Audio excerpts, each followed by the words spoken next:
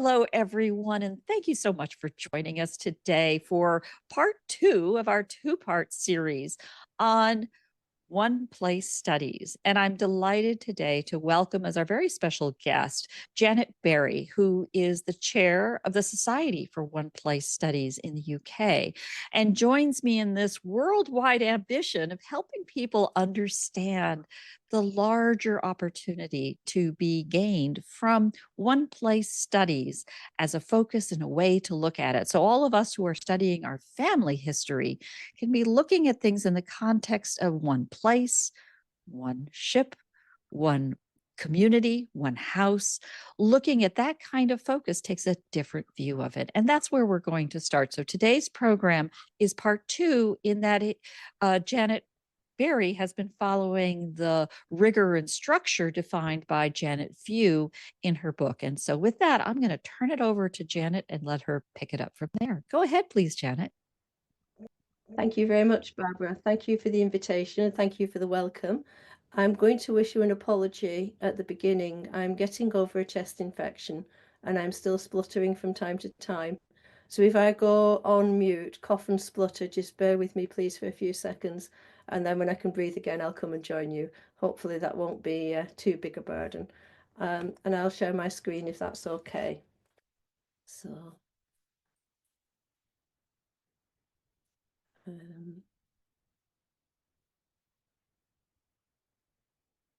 okay, so hopefully you should be able to see a slide on a green background saying Beyond the Basics, Advancing Your One Place Study.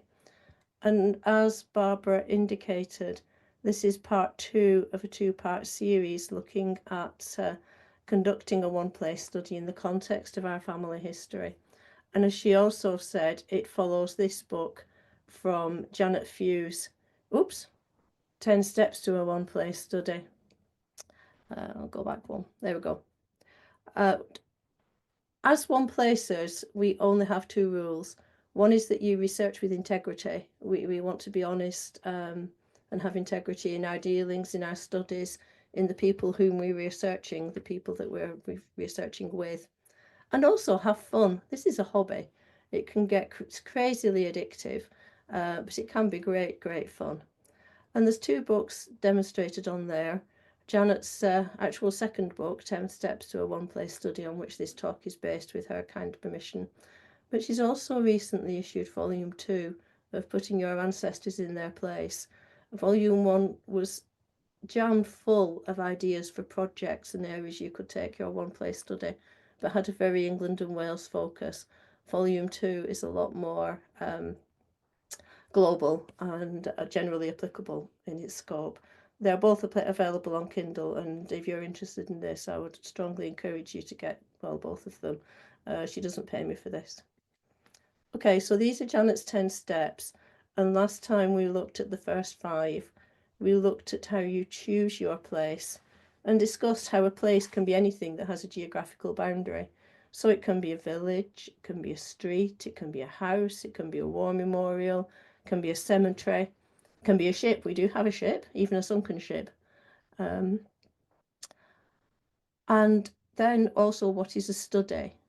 And the beauty of a one-place study is it can go in any direction you want it to.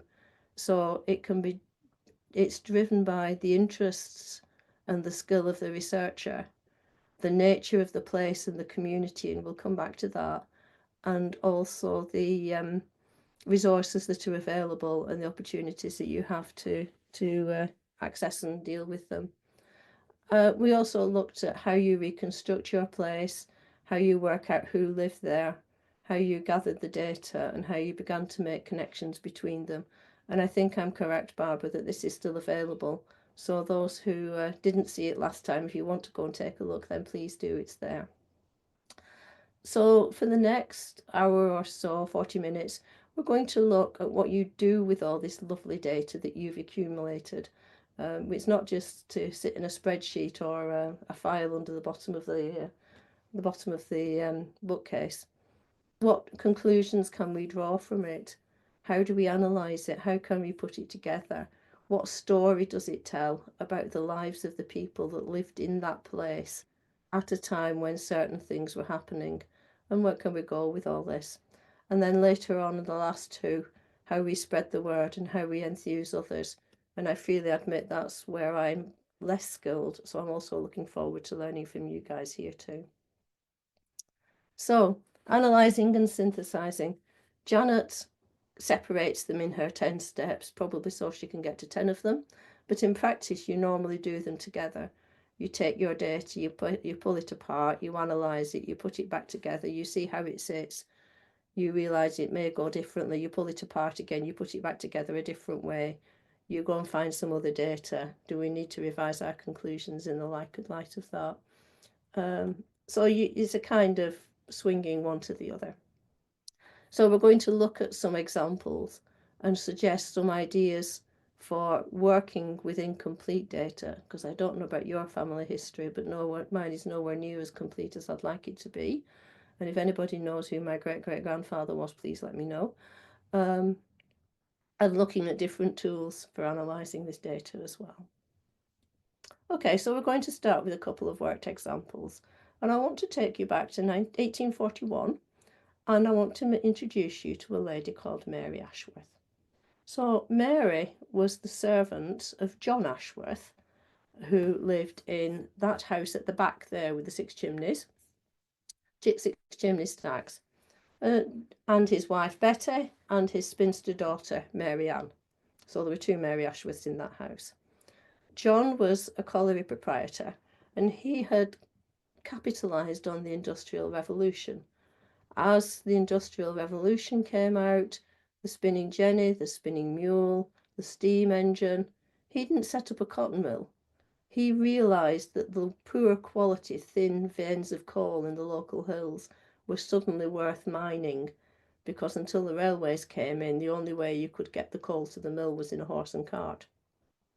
And so he started to mine what until then was pretty unprofitable veins of coal in the hills, and started to make good money out of it, and began to employ a couple of servants.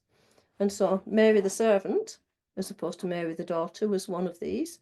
She was born, we know from the 1841 census that she was born in the county. Her age was given as 30, and that she was single. She was still there in 1851. By this time, John and Betty had both died, and so there were 2 Mary Ashworths in the house. Mary, the daughter of John and Betty Ashworth, and Mary, their long-time servant. And this census tells us that she was actually born in 1811, so 30 in 1841 was accurate, and that she was born in the local parish. Okay, so we're beginning to fill out in a pretty standard way something about who she is. Now, I don't know if you have this kind of problem in your ancestry or your one place studies research. That is a screenshot of the baptisms rather, for an Ashworth in Newchurch St Nicholas between 1809 and 1812. And as you can see, there are quite a few Mary Ashworths to choose from.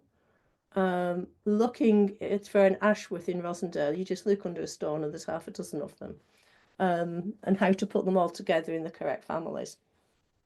So it's not short of Ashworths, and that's before we look at the Methodists, the Baptists, the Unitarians, the Quakers. So as we start marrying and burying some of these off to try and find the right Mary, we can take a wider look. And how typical is Mary the servant and her experience of the experience of servants in my place in the 1840s and 1850s. So, looking at the wider picture from the 1851 census, I can see that there are 15 servants in the immediate area. The majority of these are female, and the majority of the servants were females, and the number of servants were nearly 12% of all the employed females, and that includes the ones in the textile mills and all the rest of it. So female servants was quite a common source of employment for women in the area. in 1840s and 1850s. 1 in 10 of all employed females was a servant, slightly more. Male servants, as a percentage of all the males with a job, was much, much lower. Okay. And that's a graph of how old they are. It's just a pie chart of their ages from the 1841 census. Shows, sadly, that one of them was very, very young. And then they peak in teens, early 20s. A few go up to 30, but they're beginning to marry off by then. And then very few longer than that. So Mary the servant was 30 in 1841, so she's here on this graph, just between the two shades of green. But she remains a single servant 10 years later, so in that sense she was atypical. Okay, so who is employing servants? And those are the occupations of the people who are employing female servants in 1841. And interestingly, they're mainly farmers and woolen weavers, and then a small smattering of other people, not all necessarily very rich. You don't necessarily think of the shopkeeper or the innkeeper as being particularly rich. They may be doing all right for themselves, but you don't really think of them as being particularly rich. Only the schoolmaster had 2 servants, a male and a female, so the normal pattern was to only have one. And all of them were born in the county. There is no evidence at this stage of people coming into Lancashire from elsewhere to work in service. Okay, so you look a little bit more widely. That's in the immediate Spring Hill area, the actual small community that comprises my one place study. If you look in the wider township, I can see that they've taken the 4 sample occupations and tracked who employs servants on the census of the wider township. That suggests that although there are people, that slide indicates there are people perhaps of relatively lowly means who are employing servants, that servant employment was by no means the norm or universal. So, for example, the vast majority of manufacturers, and the perception in Lancashire where I am, is that the mill owners were rich and all had tons of money and tons of servants. Well, that's not necessarily true in the 1840s. The surgeon looked to be doing all right, and the clergy were doing well. And it suggests that you're better off being a Methodist minister, 2 of who had servants, or an Anglican Church of England minister, as opposed to the Baptist who managed without. So maybe the Baptist congregation didn't pay enough, I'm not sure. Where did these servants come from? How did they get their jobs and how did they get their roles? There's a journal called The Patriot, which a newspaper aimed largely at the dissenting congregations, the nonconformists. And he was upfront about being a dissenting family, an employee from a dissenting faith, and he wanted a servant of decided piety. A similar advert, a man advertised for a position of his servant, and he specified in the advert that he would like to work for an employer who would respect his wishes not to work on the Sabbath. I would love to know whether he got a job under those terms and conditions or not, but that was his preference. They are not actually from my study. These are from the wider, from England as a whole. And I have no evidence locally in the township of people specifying dissenters as servants, as either employers or employees. But there's plenty of nonconformity in the area, so that wouldn't necessarily be surprising.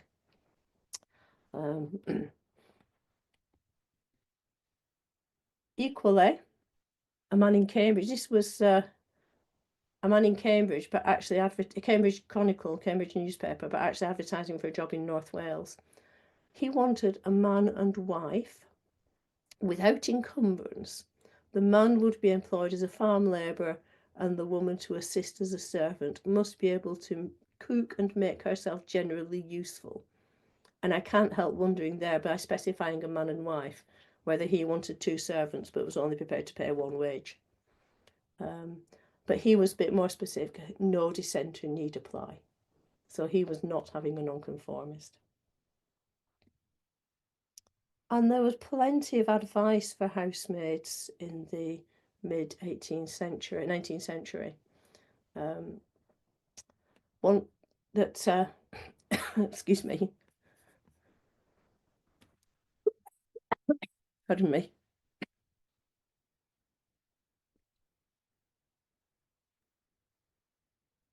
There would be no shortage of advice in booklets like this one that could be distributed towards servants that helped them best as to do their jobs.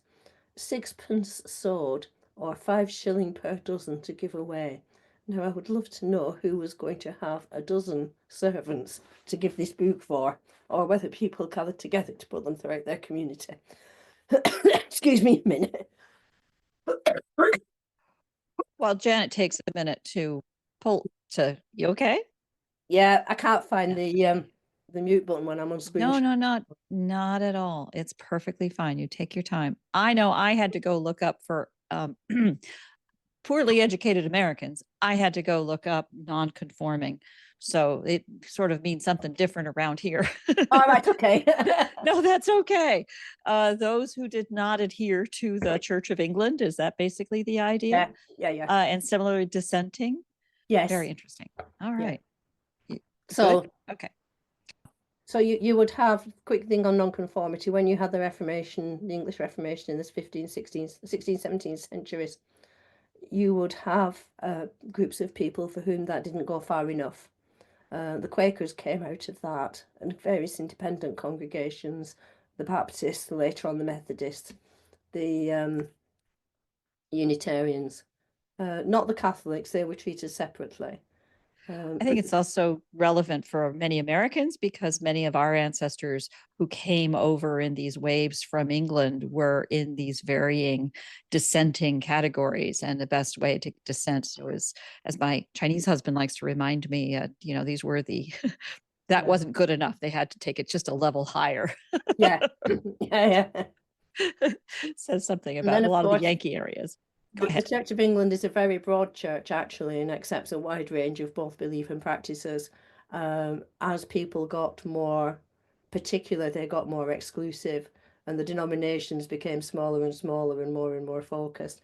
And for reasons that I could bore you with and won't at the moment, there are a lot of these nonconformist communities around in my local area.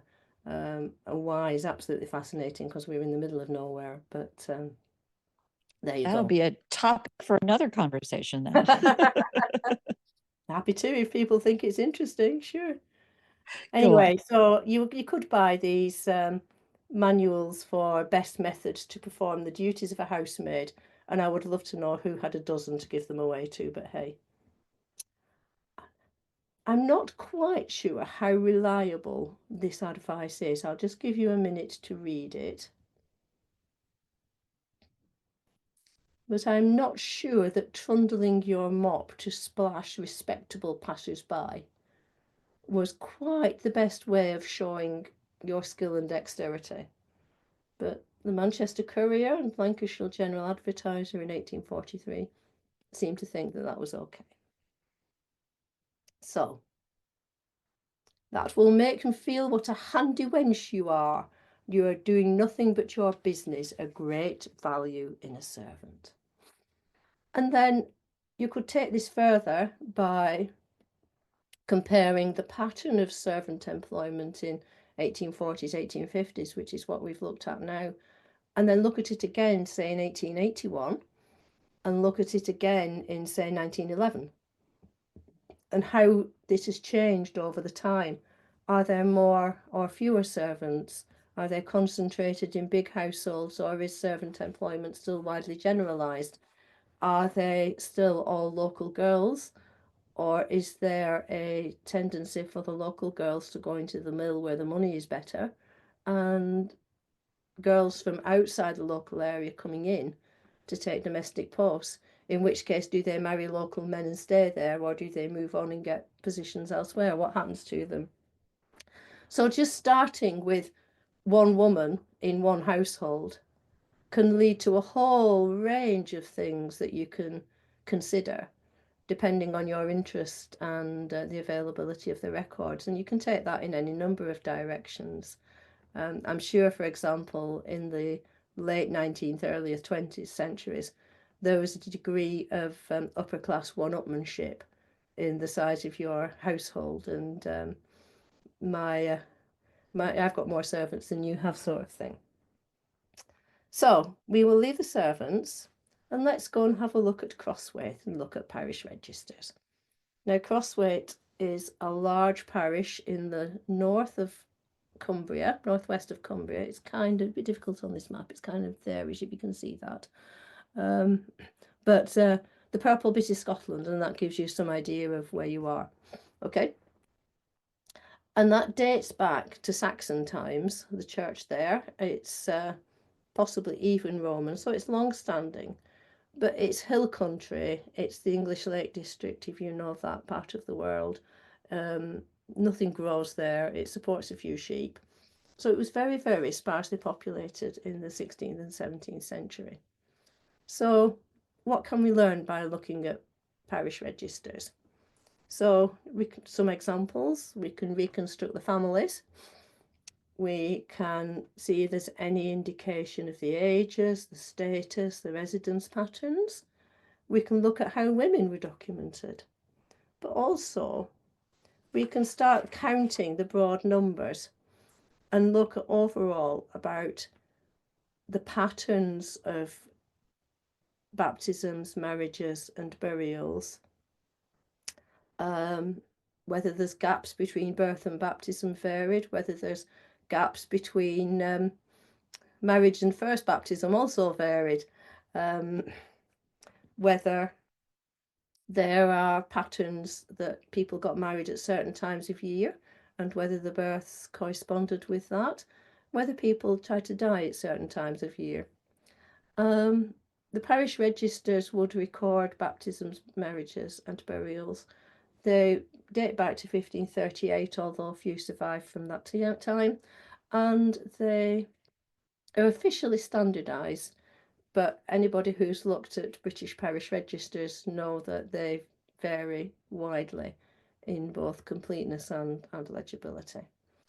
But there's two local historians called Wrigley and Schofield who went through the parish registers for 400 English parishes, and they published aggregate data of the total numbers of baptisms, marriages, and burials in each of these parishes for each month. So it's a huge piece of work. And from that, they discerned quite a lot of trends of when people were marrying, when they were hatching, matching, and dispatching. They published that not at all thin book of bedtime reading, but they also very kindly made their data set available for the individual parishes by parish. And unfortunately, the one for my area wasn't one of the ones that was transcribed from in which my one place study is, but Crosswaite in the Cumbria was. So those of you this graph shows the number of baptisms, which are the orange ones, the number of marriages, which are the yellow ones at the bottom, and the number of burials, which are the green ones, usually in between. It gives both the raw data and it gives a 5-year moving average. So each year you add on the next year, drop the last year, recalculate the average and plot that, add on the next year, drop the last year. So taking the burials, for example, you can see these obvious peaks. There's one there in 1596, there's one there in 1603. And even though the moving average smooths it out a bit, you can still see there's something going on in those times. So what is it? Now, obviously, it's a lot harder to find about individuals. And whatever it was, in 1593, it was killing men. Yeah. There's a peak in burials of sorry, it's killing women. There's a peak in burials of males, the blue line. There's a lot more females that were dying. So it's killing women, whatever it is. So any ideas as to what it might have been? What might have been going on? Something related to childbirth? Could be, couldn't it? Yeah. But it's unusual to get something related to childbirth that Well, practices, for example, and not a clear understanding of how bacteria move and childbirth practices would, I don't know. yeah. It was, oh, sorry, I'm going backwards. It was actually a combination of famine and plague. And why it was killing the women more than the men is not really known. But it wiped out entire villages and oops, I can't move on. I'm not quite sure what's happened there.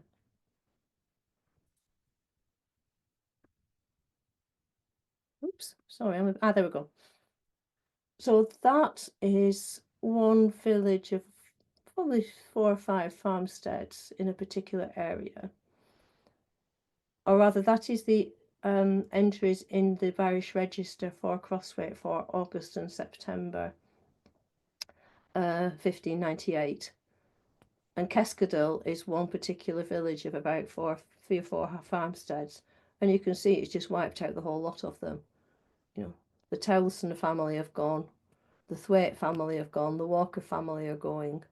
And it's just devastated entire communities. And it was a combination of things. The Revelation in the Bible talks about the 4 horsemen, war, climate, famine, and death. And it must have felt like that at the time. There wasn't much war going on. There were episodes of bad climate that led to poor crops. There was a combination of famine that led to people being weakened generally. And then there was an outbreak of the plague that just carried a load off. And I suspect you're right, Barbara. I suspect that childbirth, in terms of the frequency of pregnancies and the lack of recovery between pregnancies and the stresses of childbirth and childbearing, probably contributed to its disproportionate impact on females. Now, if statistics and working at a population at a macro level is one of the things that interests you, there is years worth of interesting stuff in there and lots of questions that you can ask as to what's going on. So I'll take another example now, and I'd like you to meet Adam Bridge. Now, Adam, as far as I'm aware, is not a direct ancestor. He is a resident of my study place, and he died in 1664. And this is the inventory to his will. And his will very helpfully names his 5 children, including who the females are married to. So thank you very much, Adam. I wish others had done that. So we're used perhaps to dealing with Victorian documents, and early modern ones are less complete and a bit more vague. So we need to gather information from different sources to produce a fuller picture. So what can we learn about life in our place from these? Well, from one inventory, not an awful lot. He had a bed, he had bed linen, he had a set of fire tongs, and so on and so forth. So what? But put them together with other documents and a picture begins to emerge. So you can look at other inventories from the area. Is his holding typical or not of that of other people who died and left wills, itself a subset of the population, of course, at that time in this area? Or was he on the rich end? Was he on the poor end? But you can also compare it to entries from the church, the court records, the manorial court records. And this is Hurst Lane, just behind the house where Adam Bridge lived. It is still technically a road, although I wouldn't like to drive over it. And And Adam's brother Jordan was repeatedly fined for failing to maintain the highway behind his house, which was that. And I don't think it takes a vast amount of imagination to think what that road must have been like for carts in the 17th century, because it probably wasn't vastly different to how it looks like on there. And I didn't say it is technically a road, but I wouldn't really like to drive anything over it. So you can add this to other fines that Jordan and his brothers had. They were fined for failing to maintain fences so that their animals got out and ate other people's grass. They were fined for trespassing with beasts. They were fined for failing to maintain rights of way. They were fined for blocking rights of way. And you begin to get a picture of little petty squabbles between neighbours. Perhaps a bit like we have today sometimes, maybe with who has to maintain the fence, or whose responsibility is it to mow the lawn. But it also shows about the importance of moving animals between summer and winter pasture, and the way that people and animals moved, and the consequences that happened to a community when you couldn't do that. You can see from that the land isn't great quality. It will support a few cows, but not a vast amount else. And I like to think of it as somebody blocking the drive to blocking your drive with their car when you have to get to work. If you can't get your animals to where they need to be, then it's difficult to feed them appropriately, and they won't do as well. But then that gives a context into which more serious neighbourhood disputes can be considered. And this is an example of the testimony of a bad character of James Pilling. And if you look closely at the bottom, there's 3 people signed this testimonial: Thomas Saunders, Jane Pickup, and our friend Adam Bridge. He pops up again there. He's one of the church wardens. And James Pilling has a reputation for stealing looms, stealing horses, putting horses in another man's grass, and occupying another man's house without permission. In short, is a grabbling, quarrelsome fellow. And you can imagine not wanting to live next door to this chap, and the community trying to come together to do something about this general nuisance that James Pilling is causing. And he is obviously a level beyond Jordan Bridge and failing to maintain his beasts, because this kind of document appears not to survive for him. Excuse me a minute. Thank you. And then it gets worse, and this is Francis Bridge, almost certainly a relation, but I haven't worked out how. And he marries a local girl, and he has 2 children. And he deserts his wife about 8 weeks before the second baby's born. And he leaves her reliant on the charity of friends and family for to survive. So the child is born, and the child is exposed, basically left on the hill to be either found or die. The child was found and brought to the overseers of the poor, and they are seeking permission to pursue Francis Bridge to get him to cough up for his misdemeanours. And again, it gives some example of the strain that this kind of situation has on a local community at that time, and the way the community got together to deal with it, and how to handle it. And people being abandoned is not in labour is not a common event, but it does happen. And this is one example of how that was handled. And this is actually a 2-page petition to the Justices of the Peace. This is page 1. And page 2 includes the signatories, which includes our friend Adam Bridge again. So we know next to nothing about Adam apart from what he left in his will and who he left it to. But we're beginning to get a picture of him as a church warden and general upright fellow, being dragged into solving local disputes, many of which almost certainly included his family members. Some of them certainly included his brother. And I haven't yet linked all the bridges together, because I need another lifetime, basically. But there's again plenty of areas to explore and develop that if that is an area of interest. And on a cheerier note,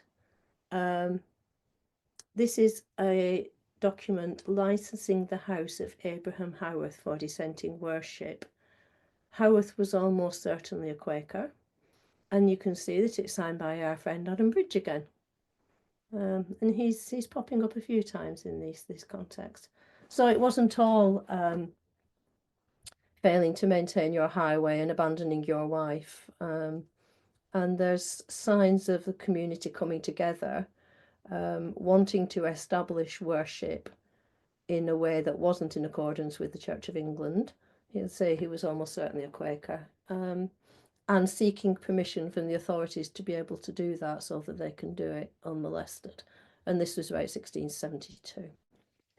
Okay.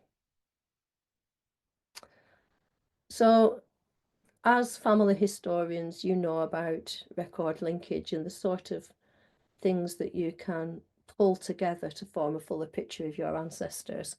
That's some of them. And just starting with a will, it takes you into some of the areas that you might want to draw upon in order to fill out the picture. You can do it at an individual level, you can do it at a series of individual levels, or you can do it at a community level. And you can do that for other groups of sources and put them together and form your fuller picture. Nice long posh word, but prosopography is a historical technique that will investigate the common characteristics of a group of people when you actually know very little about any of them as individuals. So I can't put together an individual biography of Adam Bridge. I can't put together an individual biography of James Pilling. I can't put together an individual biography of Jordan Bridge or Francis Bridge or any of these other 17th century characters.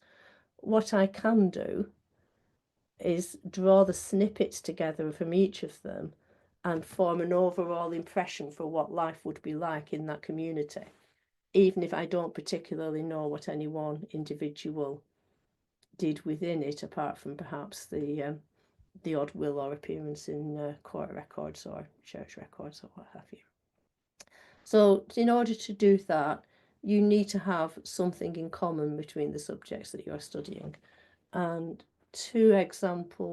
one example from English history is a group of medieval historians have put together a database of every Anglo-Saxon in England whose name they know from the surviving records.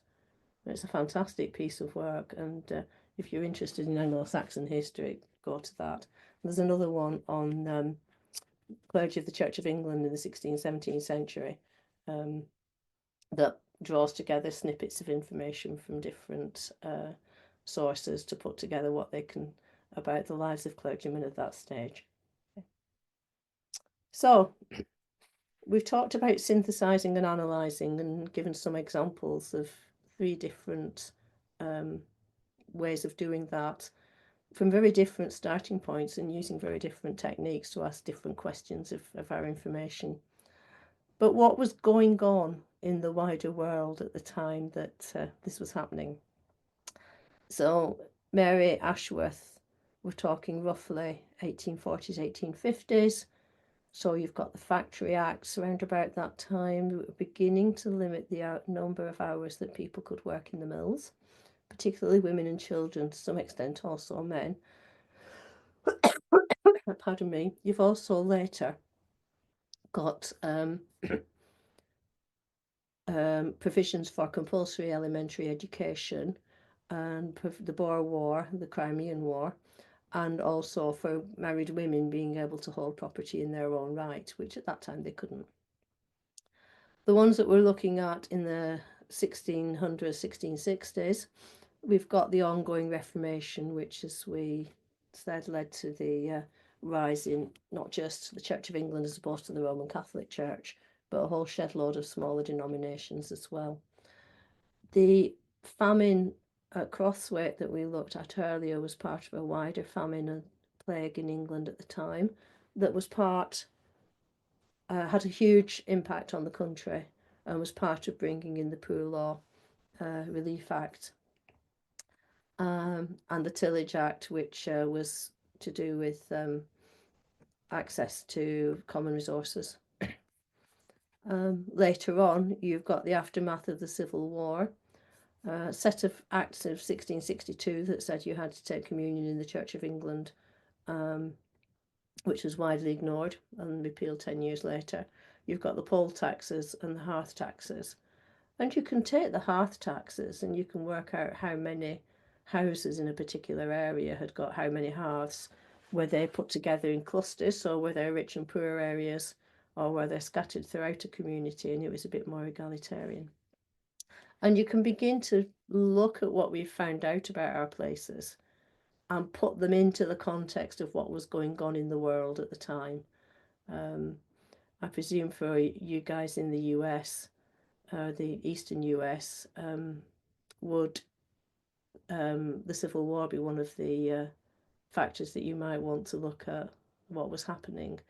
Or if you were, if it was land that it was explored relatively late, who was there beforehand? Anybody?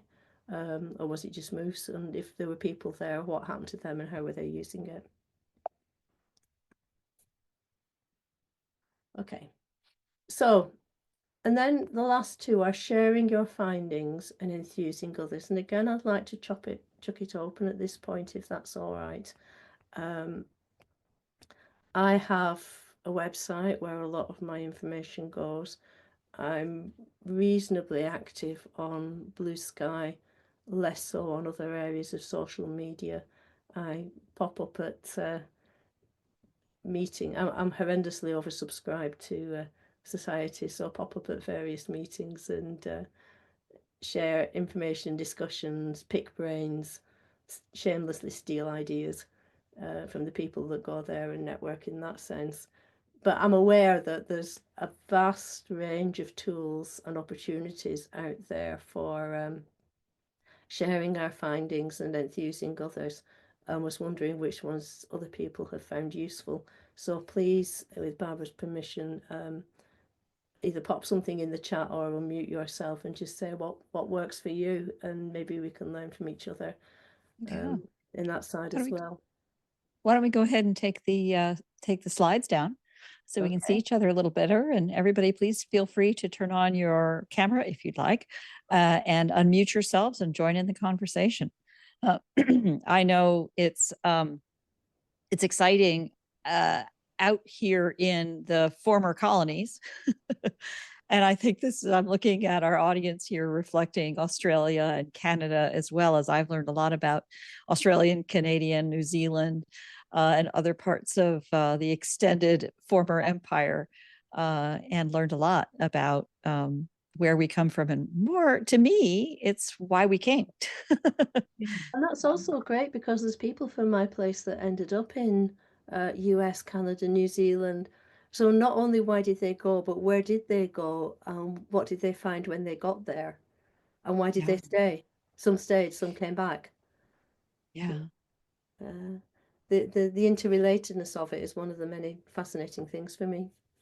Exactly. That's what I'm so excited about in terms of what we're doing here, what I'm responsible for in building a community is discovering this cross feeds as we learn from each other. Please join in. Great things as a one-place study is that I can nick individuals and events that aren't from my direct ancestry. Yeah. Mine were all God-fearing Baptist cotton weavers. I've not found a black sheep yet, apart from one illegitimate. So, so I can pinch other people's interesting studies and go and research those. And yeah, that's actually one of the things that really struck me from your description. So please join in. Yeah, Jennifer, please. You went off mute. Come on in. Just getting my thoughts. What you just said then, Janet, about my family's similar. They're just ordinary working. They were ordinary working people, rarely in the newspapers or did anything very newsworthy to get excited about. good people, but people who just worked hard, you know. And I love that about doing a one place study, that you can go off on all these little tangents with people who are doing, you know, who did weird and wonderful things that people in my family would never have done, you know. And I also am really passionate about finding out why they left, where they were, you know, and that was mainly why I started my one place study. I haven't found that out yet, but in looking for that, you come across all sorts of, you know, fantastic things to follow up. And so, yeah, but I don't probably share, you're talking about sharing. I probably don't share around as much as I should. I do a little bit. I'll do a bit on Blue Sky, but I'm a bit hit and miss. I might do it every day for a week, and then I mightn't do it for a fortnight. So, yeah. Yeah, I think the sharing, one of the things I'm happy about in this environment is that you can focus on your work and share your work and keep going. You don't, there's, I don't know, the whole social media posting of things for a purpose feels, sometimes can feel pretty uncomfortable and inconsistent with what you're trying to do, as opposed to conversations with other people who are interested in the same thing. So from my perspective of building a community is trying to bring more people in who share an interest. And I think that point about sharing the experience of colonists, of people who gave up everything to get on a boat and go to an unknown place on somebody else's promise. Wow. Yeah. Why? Yeah. You'd love to know, wouldn't you? Wish they had have written down what was in their minds at the time. I started from a challenge of one of my cousins is saying, well, when did our people get here? And you know what? Certainly for Americans, I suspect that for all of us from colonies, always have that's one obvious itch. When did we get here? As if it's some kind of one-upsmanship of how early. You know, they did. So who got here and why did they leave? To me is the real question. But anyway, and then there were a lot. And when did they get here?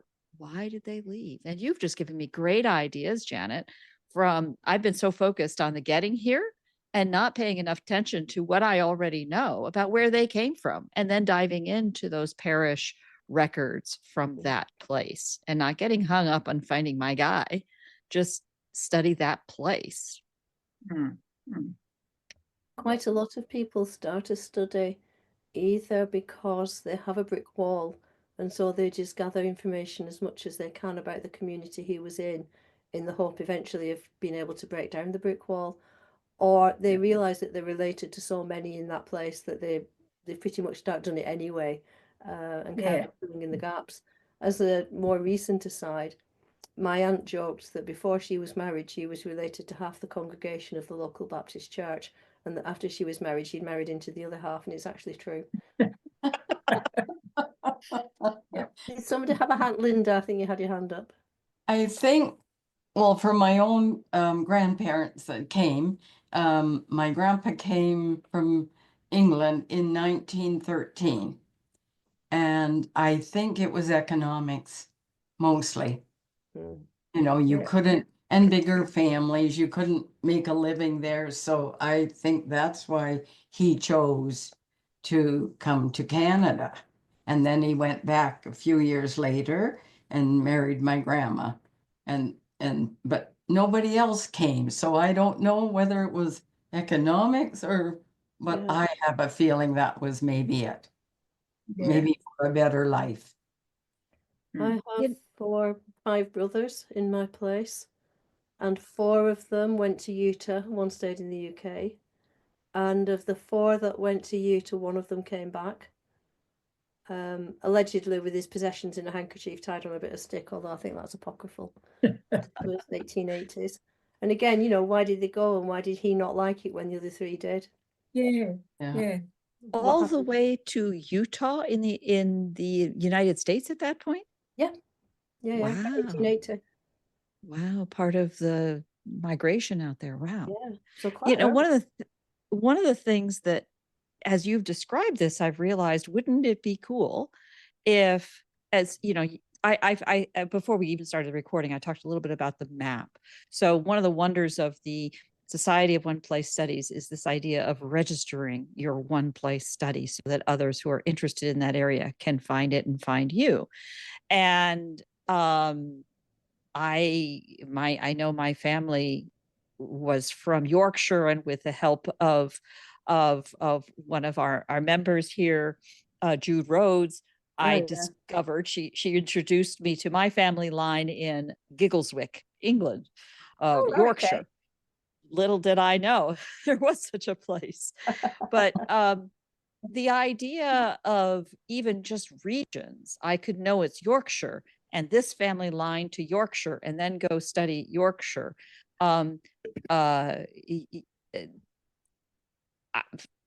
I could see whole study groups by regions and connections and how do you do's to learn more. Mhm. Wow. What a Yeah. wonderful resource. Luann, And you've gone therefore, off. if there's a study registered for the place your ancestors came from, contact them. You know, they may have information. In fact, my sense is that they have toggled on their configuration specifically because they are open to be contacted. Is that yeah, okay, that's a big deal. That's a big deal. Nobody's, you know, there's no compulsion to register. We do get a few who are professional historians who do it so they can put the badge on the website. But, you know, hey, it's Hey, fine. that's fair. That's fair. Well, Luann, you took yourself off mute. Did you want to chime in? Yeah, I just wanted to share the idea of a locality guide is generally something that I try to follow when I'm doing my genealogy, but I hadn't thought of the idea of taking it further to truly studying the place and how helpful that will be for my maternal line. My great grandmother moved here from Prussia. okay. Prussia. So that's Big helpful. place, yeah. And I have gotten a hint that has I don't know about a hint, it's on a document, but it's horribly spelled. And, you know, there's three possibilities in either Poland or Eastern Germany. But anyway, so I have a lot of work and patience for that. But the town that she lived in, outside of Chicago, is called Maywood, and the area is, you know, I've done basic like what documents are available, what can I find, but I love this idea of building up a study on that area, and the suburbs to Chicago are so often overlooked because, you know, it's a great city, it's a wonderful city, but they do take the focus for the county. So I really love the idea of doing it for her area where she lived for the rest of her life. It was probably 50 years that she lived there. And so I just think that that's a really helpful idea because there aren't that many things for her once she got married. And it's a good way of building on the connected lives of ordinary people. Yeah, You know, a lot of it is the great and the good. yeah. And a couple of, you know, there's one of my favorite studies registered in a place in Devon in England is the Temple Mount Home for Inebriate Women that one of our committee members, Liz, has registered. She had an ancestor who was a resident there. And so she asked the questions, how did her relative come to be there? What happened when she was there? What happened when she left? And then she wanted to know, well, who else was in there with her and what were their stories? And built together the sort of past history and the forward history of these women who were unfortunate enough to need to end up in that place. And she's done a fantastic piece of work. It's been she's not written it up for publication, but some aspects of it have been taken and incorporated into various courses and, you know, from her presentations. So there are people. Do you want to take us through this map? Yeah, can do. You know, there Yeah, are people please. who have formally published the work. So Is this what you were referring to when you're saying about the interactive Well, map? Is that the one you meant? this is specifically the United States, but show us the larger picture. And in Okay, yeah. particular, this to me is why we have so much work to do in the Americas, Canada and the United States. Well, there you go. But as you can see, predominantly English-speaking world and predominantly United Kingdom. We have members all over the world, again, almost all English-speaking world. And we have studies in registered in all over the world. So, Luan, if you do register your place in Prussia, we can join you with somebody based in the US, actually, who's researching in the Czech Republic. We also have one in the Ukraine. There's one of our committee members lives in Salt Lake, is researching a place in Italy. And as I say, we have a sunken ship, and that was a bit creative as to exactly where we put that. But yep. And then so you click on a place. I'll take England because it's probably the largest. That will do it by county. And then if you go for any particular county, so Lancashire where I am, that is mine. That's the Spring Hill is the area that we've been talking about predominantly today. I started this when I realised that 5 generations of my family had lived in our house, well, what was then our house.